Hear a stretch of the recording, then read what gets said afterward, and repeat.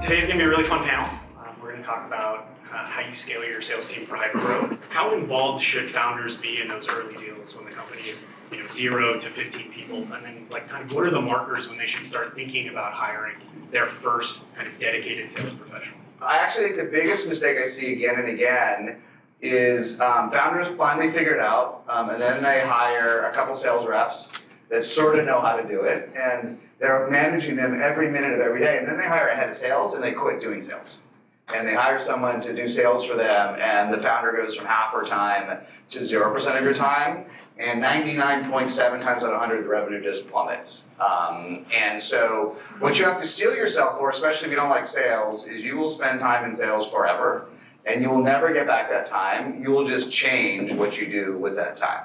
Interesting. Nakul, do you ever see the opposite of that? I mean, do you look at your portfolio companies and go to board meetings and sometimes think that the founder is spending too much of their time in the field because it's a place that they can feel good, that they can get the positive feelings from going and closing the next deal?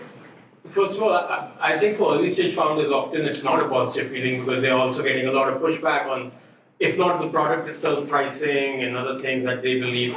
I tend to invest in product-driven founders, so in product-driven CEOs, so I never feel that they are spending too much time in sales. In my mind, they've come up with a product strategy. Hopefully they've partnered with somebody so that they're not coding. And then if they're spending time in sales, I never feel that they're spending too much time in sales.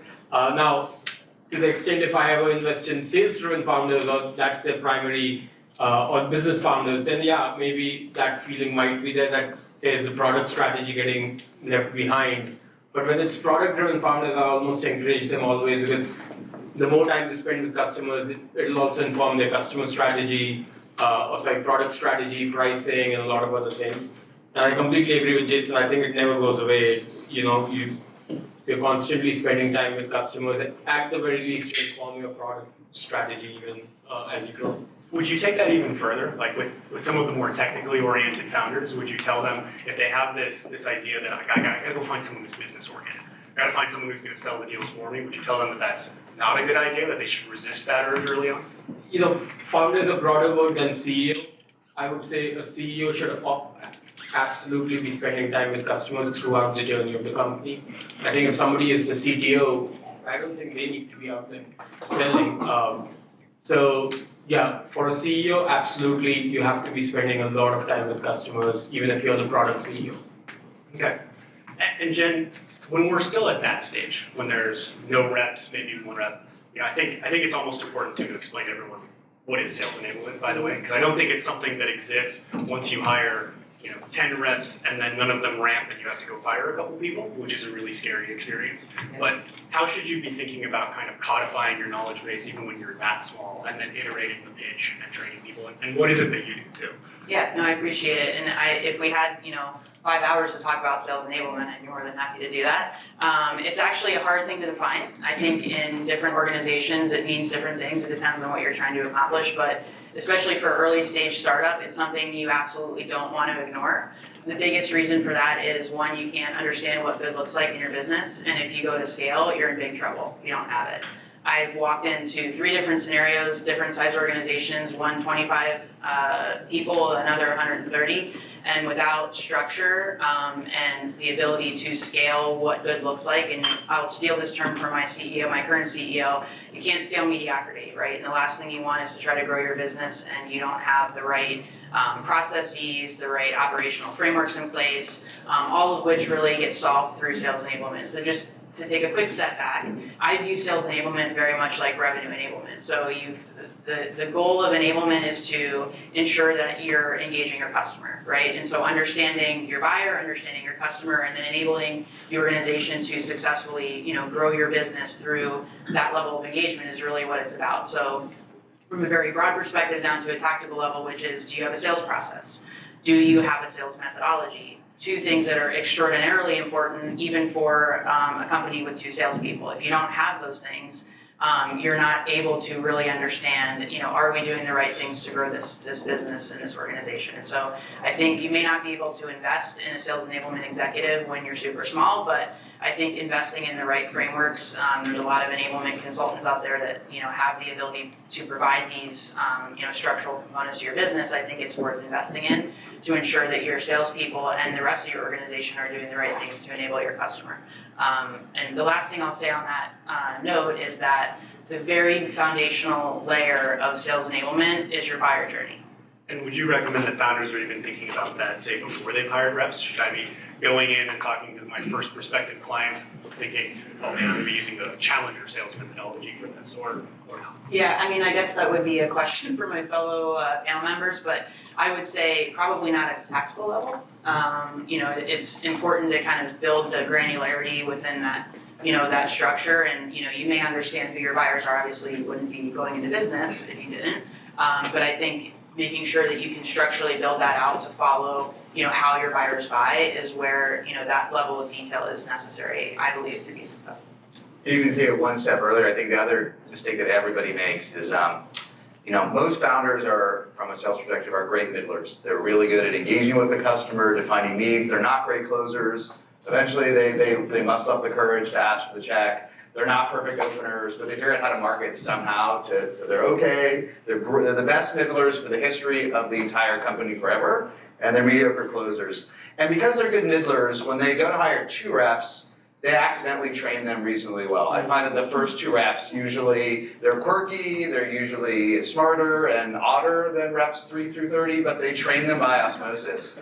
And then all of a sudden it falls apart. And you don't have to be great at sales training and enablement up to rep 2.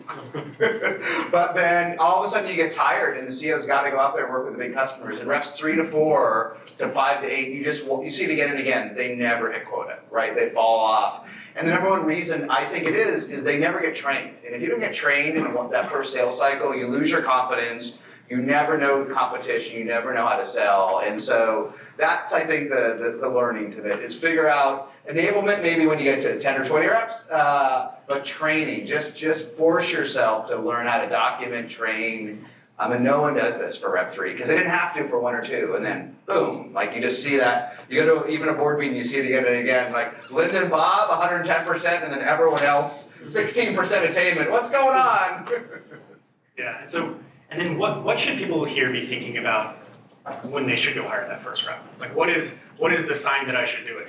I'm not having any success selling. That works great. I can't sell. Go find a kid. She's down the street. She's going to tell me how to sell. I don't know how to do it. Should I do that, or should I go to Oracle and hire the best enterprise outside rep? Or what is the profile, and how do I know when I need to go hire that person?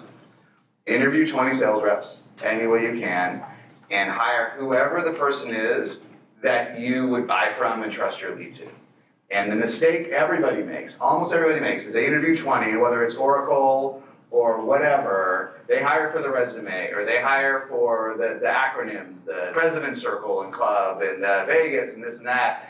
And they hire someone that deep down in their gut, they just wouldn't buy their own product for. You don't have a brand, you don't have anything. And founders know. So you can have the first rep I hired, who for years was in the top 3. His parents were medical doctors, and he didn't finish his first semester of college, so he was a quirky guy. But all 3 of us founders, we met him, we're like, we would buy from Joe.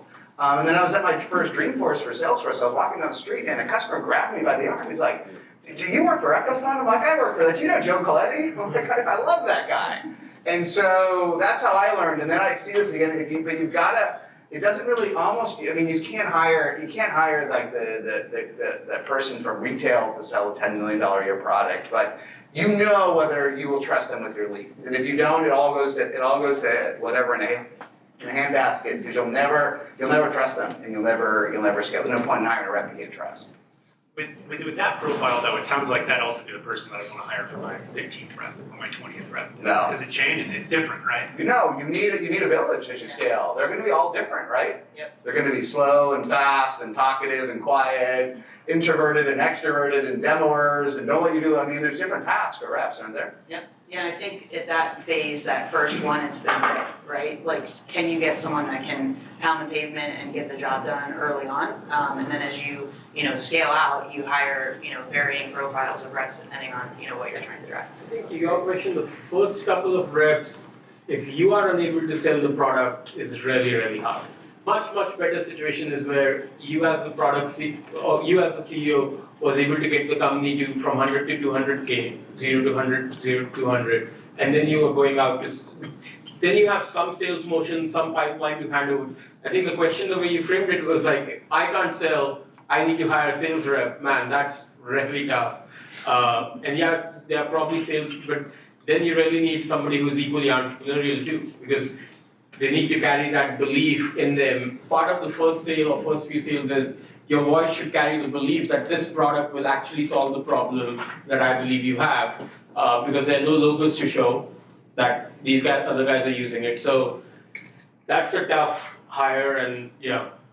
Yeah, I think I agree with that too, right? If you can't sell it, no one can. So get a couple deals under your belt, teach them everything you know about the product, and find someone who's great at selling. Right? And the other thing I'd add is some of the best reps will command a salary that could be high for you. And I do believe that one of the mistakes product founders make is, or technical founders make is, they believe there's a 10x engine out there. And when they identify that 10x engine, they are willing to pay a lot for that. They do not believe that sales sometimes can have a 10x salesperson. And for the first couple of reps where sales enablement hasn't been said, they are trying to figure out a lot about the buyer themselves. There are 10x sales reps who are entrepreneurial, think on their feet, and can make those first few sales happen. And if you find that guy or gal, you go and pay up a little bit. And again, it depends on the funding and a lot of other things. If somebody walks in, they have a family, kids, you're just going to lose them, versus if you fall in love with that person who's actually 26 and doesn't have those responsibilities, then yeah, there's a more flexible comp structure that you can throw at them, and that is still exciting for them. So it really depends on the situation, and I'm not of the view that it has to be a low salary for a sales rep at least. Okay. And so in the businesses you've invested into and advised, that first rep, she's killing it. She's crushing her number. It feels like there's pipeline. I can go hire a second rep. Like, what are the markers you're looking for to say, step on the gas, go hire a couple more, go hire 5 more? I think a little bit of it is obviously time to ramp a rep tells you a lot. Market pull will tell you a lot. At some point, sales becomes a capacity issue. So if you're hitting, let's say, 500K in ARR and you want to, in the next 12 months, close 3 million in ARR and your quotas are, let's say, 800K, the math is simple. You need 3 fully amped sales reps to hit the full quota in the next 12 months. If you are at 1 rep, you're not going to get 10. So some of this gets determined by the math itself of quotas, quota attainment, and stuff like that. So there's a judgment call you have to make, and which is why it's tricky, because you're shifting mindset from pre-product market fit. You have to be extremely scrappy. You don't want to overspend. You don't want to overstep the burn question. And then at some point you're making a judgment that I think I have product market fit, and now I need to step on the gas and hire people, because I'll start hiring today, I'll find that rep in 1 month, they'll join in another month, then it takes 3 months to ramp, and shit, I don't have the quota capacity to actually close to the target, and accordingly you start thinking about financing. So I think it's a multivariate problem rather than saying that you have one variable and one signal and you start hiring them. But part of it is a qualitative judgment that you have product market fit, you're able to hire reps fast, the market pull is real, it's not just one rep killing it. And at this point I need to get to a mathematical equation around quota capacity, targets, and then figure out financing as it relates to all of that spend. Okay. Let me just one little tip, and Jen can probably talk about a lot how capacity works later. Like, you have to have capacity when you're bigger. Yeah. But it's very confusing in the early days. And I will tell you, to normalize everything, probably no one in this room is closing 7-figure deals. And if we're talking about sales, probably no one's closing 3-figure deals, right? You can do sales at 3 figures, but boy, you gotta be pretty agile. So really rough, when you hire more reps, you will lose a certain amount of productivity after 40 to 50 leads per month per rep. The average rep that's inside with a little bit of outside work, she or he can only do so many demos. The follow-up starts to slow, they start to focus only on the best leads, which is human nature. And the last thing you want in the early days is leads to not get loved, because leads are precious for a long time, until maybe even 20, 30 million, every lead is precious. And eventually leads aren't precious. Eventually you can't, but you have to shower the leads with love, and the reps have to make a living wage. So what's the balance? You want maybe 40, maybe even 30. So let's say you've got 60 qualified leads, and figure out how you define that in a month. But they're good deals that are more than a phone call. 60, hire your third rep. And maybe if you do the math and it feels like something's off, overpay them. Pay them 30% of the dollar instead of 20%, so that every lead is showered with love. Because ultimately, to get to like 10 million, you want to maximize the revenue per lead. That's the key. Rarely are there enough of them, right? And so think about this like 30 to 40 leads per rep, and then boom, make sure you have someone good to do that third one at like lead 61 or 81, and then it'll be kind of effortless. But if you have that gap, all of a sudden, especially as a CEO, you're gonna it's like no one called her back. Like, ugh, like nothing will break your heart more than when you're like, a Google came in last week, what happened? Or whatever it is. Or it's never Google, but it's like a company you didn't hear of. It's like that they didn't know, right? Nutanix, I thought that was a startup. No, dude, this company's worth $6 billion. Call them MuleSoft. Who's that? I never heard of these MuleSoft guys. And they don't get called back. So Jason, are you a proponent of hiring some of like the supporting staff for sales really early? Like we were talking about SDR teams. What do you mean? SDRs are different. What? Do you want the reps to be following up with all of their own leads? Well, let me give you the nuance. I say no, but actually, total opposite. Here's the other mistake I think everybody makes, and especially if Nakul gives you a few nickels. I wrote this years ago, and I've revisited every year, and it's still true. Believe it or not, you're ready to hire ahead of demand gen at 20K a month in revenue. You're always ready to hire ahead of demand gen at 20K a month. If you want to go from 20K to say 500K, and you bring her in and you go from 500K to 650 instead by working the pipeline, she's paid for herself. So you can hire ahead of dimension much earlier than ahead of sales. And to go to your point, if you hire today in 2018 ahead of demand gen, you get a little sales ops benefit. Because there isn't a great demand gen person today that doesn't have some relationship with the sales team, right? And she will hack it. They're usually okay at Salesforce. They usually can set up some lead routing for you, not just lead scoring. And you get a sort of hacky sales enablement sales operator until you're ready to make the hire. If you hire this demand gen person, you get an extra one. So if you do that, then you get this extra benefit as you're figuring out how to do this for real. Have you seen that too? Yeah, absolutely. Yeah. And what's the rest of the infrastructure people should be thinking about that, just 1 to 2 reps even gen? I think it's easy for people to start thinking like, Salesforce doesn't matter all that early, and I don't need to build out robust forecasting models yet, and who really cares about lead statuses and if we're tracking all of our conversations, and the meetings don't need to go in there, notes don't matter. Does it? Yeah, so that's a great question because there's cost that goes along with that, which is also a deterrent to doing it the right way. I think, if you're able to invest in the right tech infrastructure, that supports your KPI model and helps you understand, how to track the success. And tracking is very, very important no matter how big or small you are.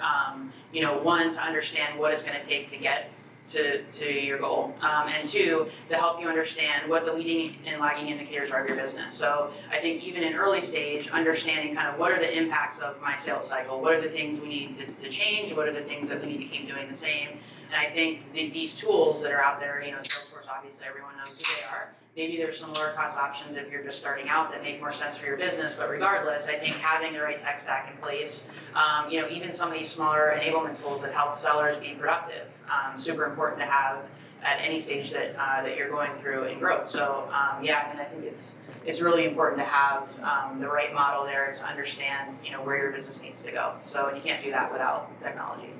Interesting. Okay. So switching gears just a little bit then back to kind of we've hired that first rep. She's crushing it. We're going to go hire the next couple.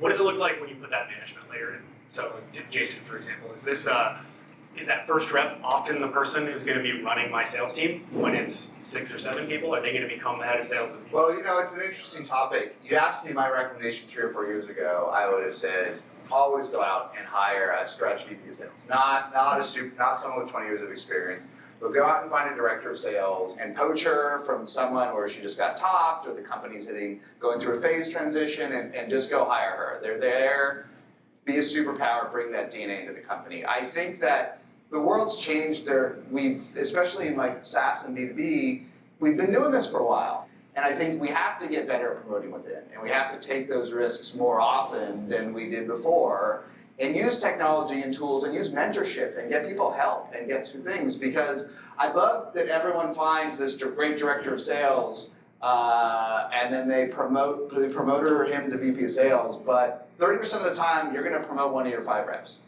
I think we have to, in today's world, we got to focus more and more on taking risks of promoting within. And if you're transparent about it, usually the risks are relatively low because that person's already sort of become a team lead and they've already become a trainer and sales enabler on their own. And so the risk is more out there than it is next week usually. Yeah, I think it's also a question is there a natural candidate for that team leader emerging there, right? Because it can also piss off some of the other reps who've been there for a while, 6-8 months. But they know. But they know who the best one is. So if there's a natural candidate, that person can probably step up. I think the trade-off is that you're losing your best performing rep, you're probably reducing their quota and making them a manager. I mean, I could go back and forth on it. If you've run into a good director stretch VP candidate, I'd still hire them also, or I'd go in that direction. So I'm not. The problem is actually thinking through it. Here's when I think about what I've done the last 5 years. 2013, 2014, I could find a great stretch VP and introduce her to a 1 to 2 million ARR company that was hot and they would take the job. Now they want it 8 to 10 million. Yeah. They'll just wait because there's so many startups. If I'm a head of sales, even if I'm a stretch, let's say I'm making $350,000 a year, I've got some equity, I have a great team. I have like 8 AEs where I love my team. Why would I why would I wait? Like I'm gonna get the same equity and more cash to joining something that Nakul invests in than I do. Like it's the same deal. And so why, no one wants to go, and every CEO thinks they're so charismatic and everyone will join them, but it's only sort of true, right? I mean, people are not totally irrational and there's so many options. And one of the best head of sales I knew, I put him into a company that was like 10K a month MRR and then $1 million, and then I had to twist his arm to join a company at 10 million ARR. He's like, that's too much risk. Mm-hmm. I'm gonna wait. I want to wait till just before it's a unicorn. Yeah. Like literally, that's what he said, and you know what he did. And what would you then say, especially when talking about we've got some great reps internally, we're going to promote one of them to run the team. One thing I heard that I'd love to actually hear an answer for, now that I'm thinking about it too, you said the best rep. You're going to take the best rep off the lines. They're the ones who are crushing quota. Is that actually true, by the way? Do you think the best reps make the best managers? No, so that's why I'm saying I'm not in the camp that whoever is emerging as a natural, unless they're really ready for the next level, just based on performance, I wouldn't, because the role I think is different. A manager is managing reps, and they have to get good at hiring reps, which is a little bit of a different skill. So I'm not necessarily in the camp that the best performing rep naturally always scales to a good manager. And so I always prefer a stretch VP. I agree with the point being made that there are so many startups, the competition is high, but that's kind of why, the stakes are high in this game. That's why it's difficult to build $1 billion startup or more.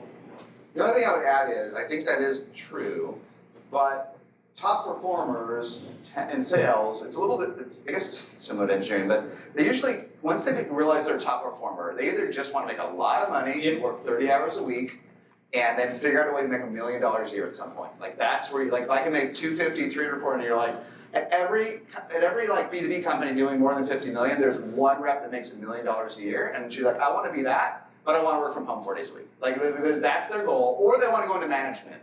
And they understand that management has a trade-off. Like they will not, even though they may actually make less money going into management, and maybe it's about the equity, it's more about the career path. So this idea that you're pulling your best rep off her path, I think you gotta listen. Because if they want to go into management anyway, you're gonna lose them. Yep. So you may as well promote them, and if they just want cash, then funnel them all the best leads. Like just tell them you just gotta be super productive and give them all the A leads. I think they know, they decide, right? Because it's a very different path. Incentivizing the marketing organization on the right things, right? So instead of just how many leads did you bring in, it's how many quality leads did you bring in and what's a quality lead, right? Is a quality lead a meeting was booked? Might even be more aggressive, kind of to your point. It's like helping your organization focus on the things that matter most to the business. And if you don't have granularity there, it could, also lead to a lot of this issue as well. I think the one metric people should always track is win-loss rate. Because if you lost it, the pipeline was real. They chose another competitor of yours, right? It was in quarter pipeline and they chose somebody else. And then at least it could still be a product issue. It could be a pricing issue or it could be a sales execution issue, but it wasn't a bad pipeline issue if that was a dominant reason why things are changing. There's a lot of nuances there, right? The higher your loss rate is, the better job your marketing team's doing. Because they're getting you into more deals. Yeah, that's what I'm saying. It's not if your win rate is too high, it's a crying shame. I agree with you. All these CEOs, we win every deal, right? Bring the next guy in. Not enough deals. And I haven't really thought about the win-loss rate as a metric for marketing success, but in a way it is, right? Yeah. It's like, great, we lost 90% of our deals. Like, the guys in the deals. Yeah. Right, let's thank the If the marketing loss rate team. is high, my point was that marketing is not an issue. Yeah, no, you're right. I mean, Yeah. it's also a sign of some success in Yeah. marketing, isn't it? Perfect. So no clapping yet. We haven't won the day yet. So we're gonna move to questions. Put everyone in the hot seat. I think I have them here. Let's see. Then we'll move to live questions if people didn't want to use the handy dandy Slido. All right. I think we covered this a little bit. One was how do you structure compensation and incentives for the first 2 reps. We talked about that a lot. What other tech products do you recommend for empowering a sales org? Let me start with the structure of the tech. So like what tech options do you need? And then I'll talk a little bit about why they're important. So I think obviously a CRM, it's kind of the bane of every salesperson's existence, but one of the points of enablement is to make it actually a useful tool for salespeople. I think that's where a lot of times, especially bigger organizations, kind of go wrong. It's for managers, not salespeople. So I think if you are at this early stage, if you're looking at these tools as a way to understand your business, where it's at, and how to drive productivity, it will be massively beneficial. So unfortunately, a lot of these CRM tools don't work standalone. So you've got to add other layers of things on top of it. The worst possible thing you can do, however, is to buy too much technology and or think it's going to solve your problems. So the advice that I always give to people when asked this question is if you don't have the right foundation and structure in place, do not get tech.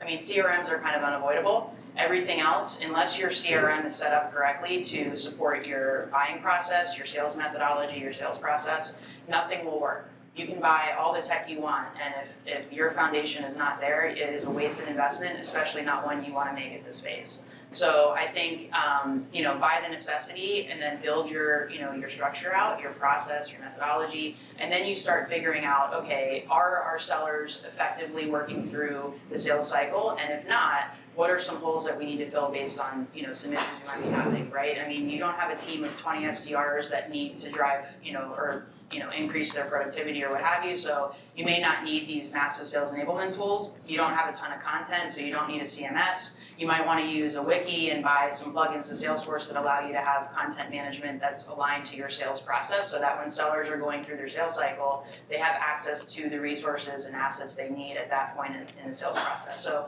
I think it depends really how sophisticated of an organization you are, how much content you have, what are the challenges that your salespeople might be struggling with in terms of, skill and or just process adherence. But typically, like in my size organization right now, we have about 16 reps, so we're still pretty small. We have Salesforce as our CRM. We have a few enablement technologies. We're a global sales organization. I'm one person and I have to coach every rep globally. So I use a tool that records their demos. And so I listen back to the demo and I can provide, pretty much real-time coaching back to the sellers on a consistent basis. That's awesome. We also have productivity tools that allow our SDRs to efficiently and effectively reach out to, a large percent of our prospect base, pretty easily. And so we use a tool to do that, as well as making sure that we can track effectively what is being done from an activity standpoint, which helps us understand leading indicators to the business. So it's not just about like how many ops did we create, how quickly did we close deals, but it's also about what's leading into that. So my very first point, talking about kind of making sure you have the right structure and framework in place, the longer you wait to do that, the worse it's going to be for you to understand what it takes to successfully close a deal in your organization. And it sounds a little insane because if you're super small, you should know those things, but really the numbers do speak for themselves, and they also help your salespeople understand what they need to close a deal. So every one of our reps knows, how many calls they have to make, how many calls need to be converted into a meeting, how many meetings need to be then converted into a pipeline, how much of their pipeline needs to close in order for them to hit their number. And if you can't understand that, I think it's very difficult to successfully manage a day-to-day, operation for a salesperson. So technology is a huge, I think, advantage for any sales organizations, companies of any size, but I think depending on the mix of what you use just is unique to your situation and your organization. So one on that I learned that I would emphasize from reps 3 through 10, especially as a CEO, buy Gong or Chorus, buy them. I didn't get this until recently. But when there's just one or two reps, you're gonna be sitting next to them, you're gonna know everything they say. But when you hire 3 through 10, some of them are gonna say the dumbest things. I mean, I don't just mean like a little bit, they're just gonna say the when you're not there anymore, and I know you're tired at the end of the day, and all the best heads of sales now, when they pop in at this stage, that's the first thing they do is they listen to everyone's calls. Like they spend hours a day. And I didn't get this when these tools came out. I knew they were neat, but I didn't get why this is much better than reading their emails in Salesforce, like hearing the terrible things they say to prospects and fixing them. Yeah. Because you can't train them all the time, but you can listen to if you set aside 30 minutes a day or 45 minutes a day, it's hard, but just sit there on the sofa and just listen and your jaw will drop. You will just hear the worst things. This is true story. The worst competitive bake-offs, the worst, just the most terrible answers about feature gaps. Oh, of course we do that, which we don't do. Or no, we don't do that. Lose the deal. Yeah, we have that.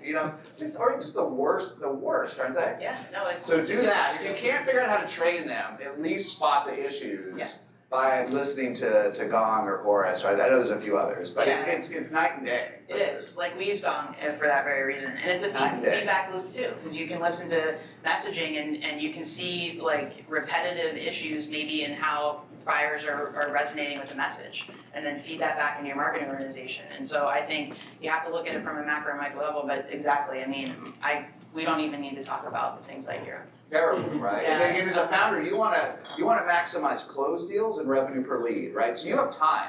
You don't have infinite time, but you have time to listen to that rep 3 and 4's calls and see what he's saying. Like you got to make the time to see that he doesn't, because sometimes those reps 3 to 4 to 5, a lot of times they'll close nothing. Like they literally close nothing, and it's worse than nothing. Because if you gave those leads to the other reps, you would have so much more revenue, right? It's destructive to a recurring revenue business to not close good leads, right? So make the time and just listen. So I hear build around Salesforce before you do other stuff. I didn't say Salesforce. Sales process. Sales process and methodology on top of your buyer journey, then you get the technology. Don't feel like the answer is I need the SDR enablement tool, I need 5 other technologies, I need Insight Squared to look at my pipeline, all right at 2 reps. There's other problems you need to solve first. Yeah. And then listen to your reps. We use Gong too. We listen to them. It's very useful. Yeah, but the other, just one nuance on it, I know in 2018, there's so many vendors, there are easier to use vendors of everything. So yeah, there was Pipedrive instead of Salesforce before, but now there's Mixmax instead of Outreach. There's an infinite, now everyone has not a crummy little vendor, but someone doing 5, 10, 20 million that is the simpler version of every category. I don't know what's simpler than Gong, but there probably is one, right? That if I just wanted to plug into Pipedrive and I have no analytics, but I can just listen to the darn calls, I should know what it is, but I bet it's great, right? So I actually think that you're ready to buy like the low-end sales stuff tomorrow. Just buy it, and you may have to rip it out, and data migration is horrible, but it's a lot better than no tools at all, right? You got it. I think one of the interesting ones here that we didn't touch on is how to balance salespeople who are quarterly driven versus the rest of the company too. The product organization that's building things, the sales team wants everything now. I can tell you just as an anecdote before you guys kind of hit this too, is Atrium almost has the opposite problem right now. It's very interesting. We've been pushing our product and eng teams to move faster than anybody else in the org, and it's turned us to these things called sprints, which are like 2 months long instead of 3. And frankly, it's like really hard as a salesperson to try to organize quotas and comp every 2 months rather than 3. So this can go both ways. But what do We you? have 6 quarters a year at Atrium? We have 6. Yeah, we have 6 sprints. Yeah. That's a nice medium between monthly and quarterly. We just take the expectations every 3 yes. months and then shove them into 2 months. That's what we do. This is what we did at Twitch back in the day. He's not here to defend himself. But what do you think about that? Maybe Jen or Nakul, like. I think of those as separate organizations. If you have a base product that's working, there has to be some kind of a rhythm around which the sales needs to run. And so if it's quarterly or 2 months, whatever you've decided, unless they are beginning to feel like, look, the current product sucks, or we are beginning to lose it to a competitor, and when is this next feature coming? Without it, we are going to continue losing sales, then it becomes a problem. But as long as you have product market fit on the current offering that is in the market, it's fine to have a quarterly rhythm with the sales and marketing motion and a different rhythm with product. I think where it gets linked is when sales is literally blaming product for their lack of performance. And then between quarter versus other things, I think it's a little bit, I think of it more driven by sales cycles. For instance, if you have a 6-month sales cycle, you will have lumpy quarters simply because 3 months is just an incomplete cycle to judge an enterprise sales reps, right? So there I think about it more from if it's a 6-month sales cycle, I'll actually look at even quota attainment on a 6-month basis rather than a 3-month basis. But if it's mid-market as a SMB, I think the quarterly goal is fine in my mind. So I don't agree completely with the premise of the question. I think unless there's a big dependence on product and engineering, sales is fine to be measured on a quarterly basis. That's my take. Final question, if no one has anything to add to that. I think we talked a lot about how demand gen is supporting sales when the trigger hiring model kind of says go hire more Can I just sales. add one comment? Yeah. Whatever you do, for most of you, don't do quarterly, do monthly. Whatever you do, there's no faster way for short sales cycles necessarily. There's no faster way as a founder to get yourself into a hole than to let slack into the system in a high velocity model and allow quarterly models. It's compounded when you hire a struggling new head of sales, and then he or she can miss multiple quarters, right?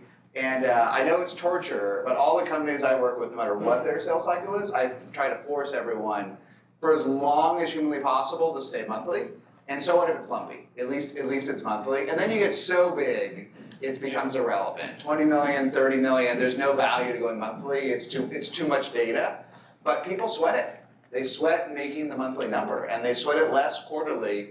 And boy, they sweat it less when it's annual. Right? They don't sweat it. I can always make it up at the end of the year. And as a CEO, it's a sucker bet in the early days. You want everyone at the end of each month sweating it on the last Friday of each month and stressed. Yep. And you will close more revenue.